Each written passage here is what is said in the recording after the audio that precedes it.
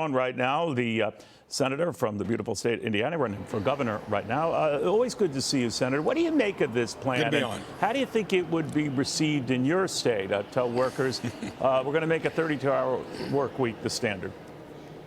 Well, I was just at that committee hearing not too long ago, and if you're wanting to take advice from a place like this that now's borrowing $1 trillion every 6 months, I'd say don't put much credence in the people that been committee chairs or running this place to take advice for Main Street. That would never work, Neil.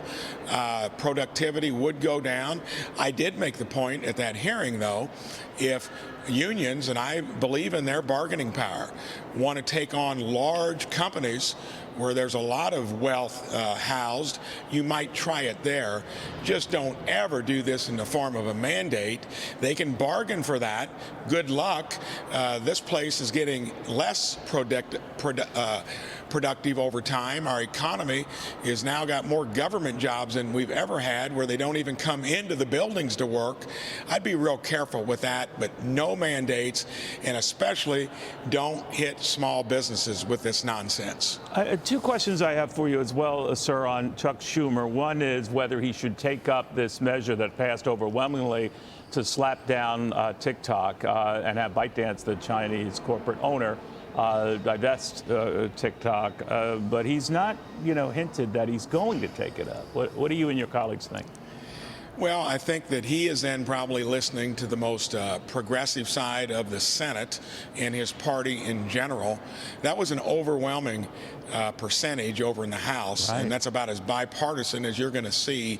I think he'll have to do some real explaining why he won't bring that to the Senate floor for a vote.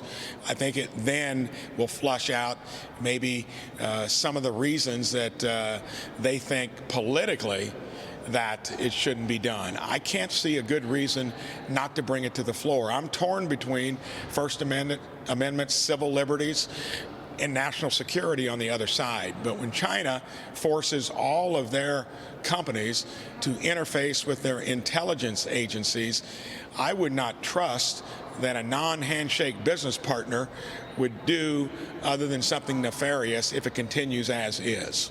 One other issue on Chuck Schumer is he's calling on Benjamin Netanyahu and Israel to call an election, that the coalition government he helped form is losing the people's trust. But he is an American senator making that plea to a sovereign foreign leader. What do you think of that? Well, I think that, again, is maybe getting into a bailiwick that you probably shouldn't, but I don't think it's going to resonate at all. Israel has never been more united on flushing out Hamas and doing it until they are taken out of the picture. There's no way that you can leave a vestige of that remaining, and I think that is agreed to in Israel across the political spectrum. What he'll have to contend with after that's done politically, that's another issue. I don't know that Schumer should be giving him advice, though. All right, fair enough. Senator, thank you. Always good catching up with you.